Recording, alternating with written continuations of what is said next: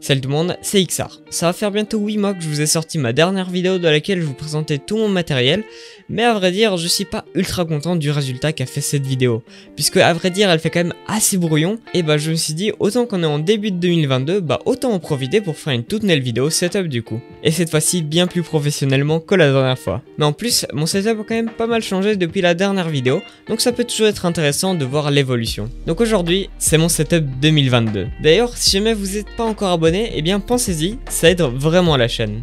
Alors simplement avant de commencer la vidéo, je vais vous laisser juste sur le sponsor de la chaîne et on se retrouve juste après. Cette vidéo est sponsorisée par Cedica Deals. Sur Cedica Deals, vous allez trouver différentes licences pour des jeux, mais également des logiciels, et surtout Windows 10 Pro que vous pourrez avoir pour 2,95€ avec un petit code promo. Donc pour ceux qui s'intéressent, c'est en description. Une fois sur le site, vous créez un compte, vous cliquez sur acheter maintenant, et vous pourrez appliquer mon code promo XR20. Et comme ça, vous allez avoir 35% de réduction, et vous allez payer la clé que 12,95€. A savoir également, pour l'instant, ces clés fonctionnent également sur Windows 11. Une fois que vous avez finalisé votre commande, vous allez recevoir la clé sur votre compte. Maintenant pour activer la clé, rendez-vous dans vos paramètres Windows puis dans Activation et vous pourrez rentrer votre clé. Et voilà, je vous souhaite une bonne vidéo. Commençons du coup par mon bureau. C'est un simple plan de travail que j'ai traité avec de l'huile texture noyée que j'ai posé sur des caissons de chez Ikea dans lesquels j'en profite pour ranger mon matos.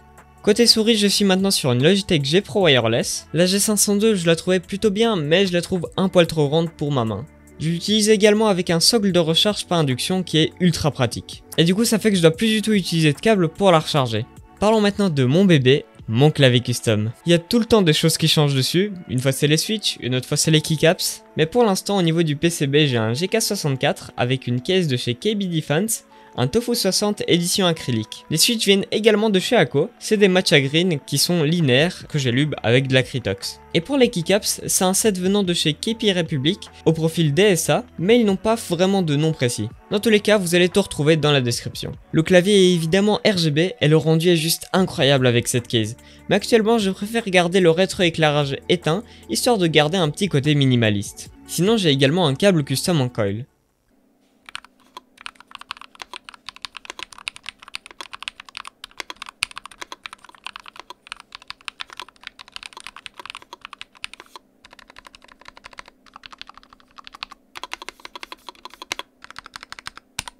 Tout ce beau petit monde est posé sur un tapis de souris que j'ai designé par mes soins et je trouve qu'il match ultra bien avec mon clavier. Niveau son, j'ai toujours mon PodMic de chez Rode, soutenu par un PS1 de la même marque, que j'ai relié à ma Behringer UMC22.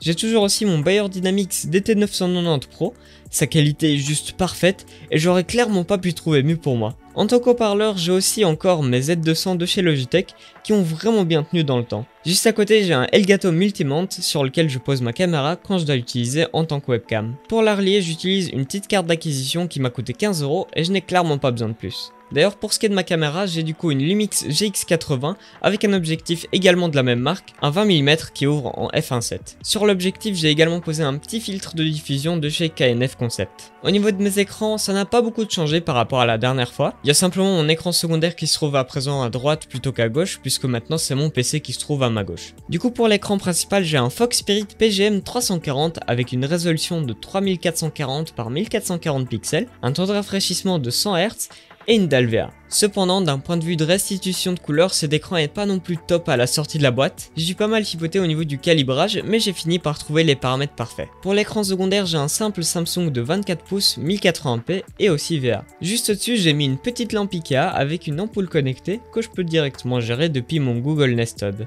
En guise de troisième écran, j'ai également ma tablette graphique qui est une Wion Canvas Pro 12. Parlons maintenant de la bête, mon PC. Déjà, tout est dans un boîtier mini ITX de chez Lianli, le Q58, qui mesure seulement 25 cm de haut, ce qui est vraiment très petit. Alors bon, c'est peut-être pas le plus petit boîtier mini ITX, mais c'est déjà pas mal. Parce que chez NZXT, les énormes tours mini ITX, on vous connaît.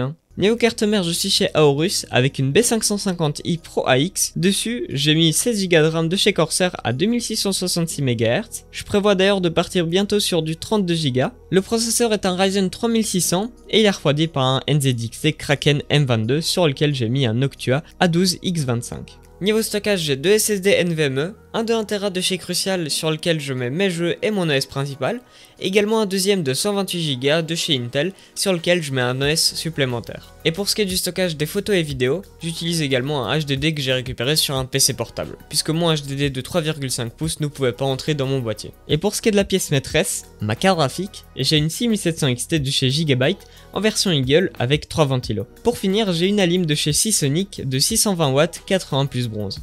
J'ai au passage aussi un Oculus Rift S pour jouer en VR. Juste, j'aurais peut-être dû prendre le Quest 2 à la place du Rift S à l'époque, puisque pour le même prix au final, il a quand même plein d'avantages. Mais bon, c'est fait, le Rift S me convient quand même très bien, donc c'est pas non plus un problème. Pour ce qui est de la décoration, j'ai déjà de la mousse acoustique sur les murs, avec des petites étagères sur lesquelles j'ai posé mes claviers. Et juste à côté, j'ai un petit espace rangement dans lequel j'ai mis plein de matos, toujours en rapport avec les claviers. Pour éclairer également tout ça, j'ai des barres d'éclairage de chez Govee placées sous mes deux étagères et également une bandelette qui fait tout le tour de mon bureau, aussi de la même marque. Et on va finir ce setup avec mon siège qui est un Vertagir PL4500. Et voilà, je vous ai présenté du coup absolument tout mon matos. J'espère en tout cas que cette vidéo vous aura plu. Si c'est le cas, eh bien pensez à mettre un petit pouce vers le haut et également à vous abonner à la chaîne si ce n'est pas encore fait. Pensez aussi à rejoindre mon serveur Discord qui se trouve en description, également mon Twitter qui est toujours juste en dessous. Sur ce, eh bien moi je vous dis à une prochaine vidéo. À ciao tout le monde, c'était XR.